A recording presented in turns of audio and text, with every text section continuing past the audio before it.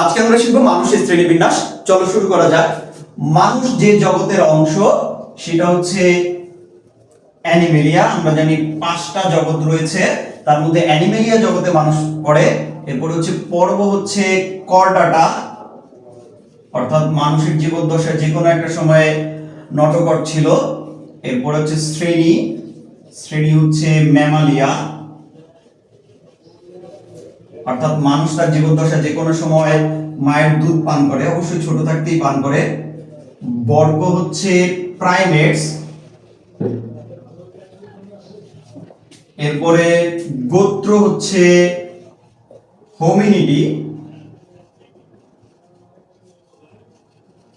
এবং গণ হচ্ছে হোমো এবং প্রজাতি হচ্ছে হোমো সেপিয়েন্স।